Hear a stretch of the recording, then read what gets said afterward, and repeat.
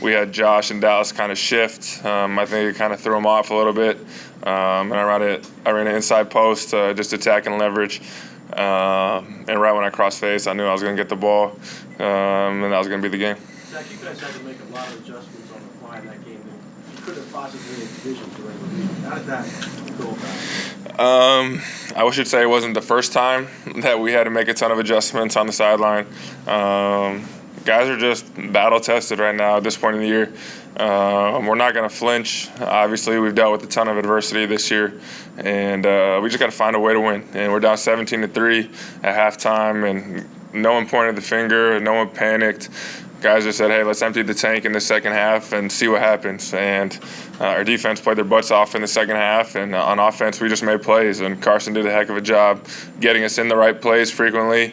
Doug stayed aggressive, and just guys made plays. Zach, give us a few plays last week that you didn't make that you normally make. Yeah. And then you came back in a big game. How does it feel just personally to kind of rebound? Yeah, I mean, it was tough last week, physically and mentally. Probably the worst game that I've played in a long, long time. And so just being able to come out here and kind of rebound and have the coaches and the guys kind of trust in me and kind of never lose face, obviously it means a lot to me.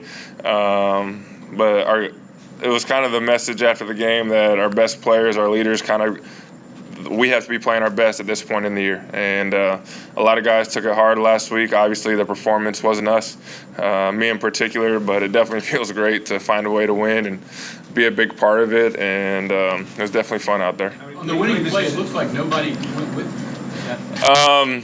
Yeah, I don't know exactly. It was cover zero. And I don't know if the pre-snap shift kind of messed him up or whatnot. But once I saw the guy's eyes, he wasn't really locked in on me. And right when I knew that, right when I kind of saw that, I knew that Carson was going to find me and we were going to be walking off. How many positions did you line up at? I think every spot in a skill position besides running back. I don't think I'll ever line up there. But overall, I mean, I've been in this offense for 4 years now, and I take a lot of pride in being able to help the guys line up. And today we just kind of had to find a way. Obviously, 3 receivers, losing Alshon early, it's tough. But Greg Ward, JJ, Josh Perkins, Boston Scott. I mean, those guys are the guys that allowed us to be in this situation to allow us to make plays at the end of the game.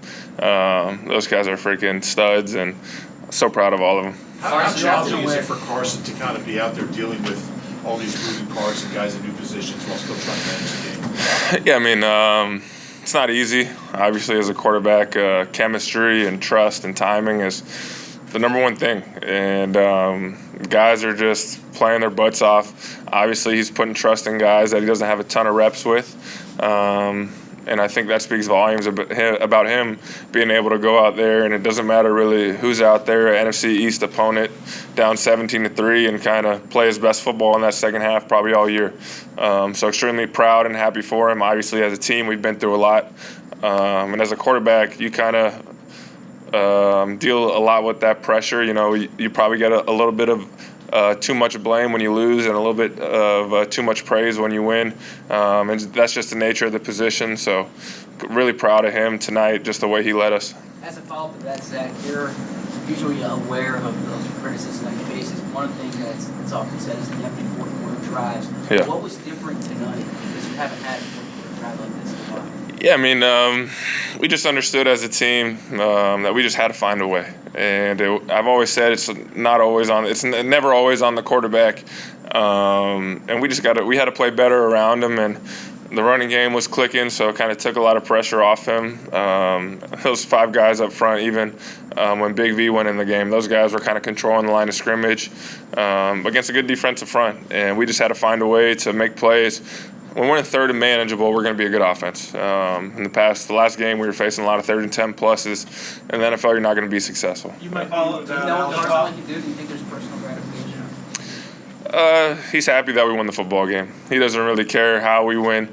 Obviously, as people, you want to be a big part of wins. But all he cares about is winning right now. The first 12 weeks haven't gone exactly the way we wanted, but we have 3 games left with everything in front of us, and you can't really ask for much more. You might be without Alshon for a while, Zach. How important is it confidence-wise for a guy like Ward to be a part of what happened tonight? I mean, G Ward is a baller for sure.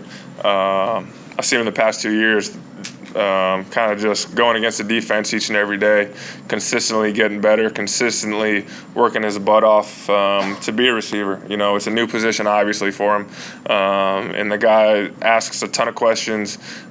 He's eager to learn, and so he's just a guy that I'm really proud of being able to go in there, and we're able to lean on him to make big plays in the fourth quarter and in overtime, and just allow us to win the football game. And all the work he's put in the past 2 years has obviously paid off, but he's going to be a really good player for us. All right. Cool. Thanks, guys.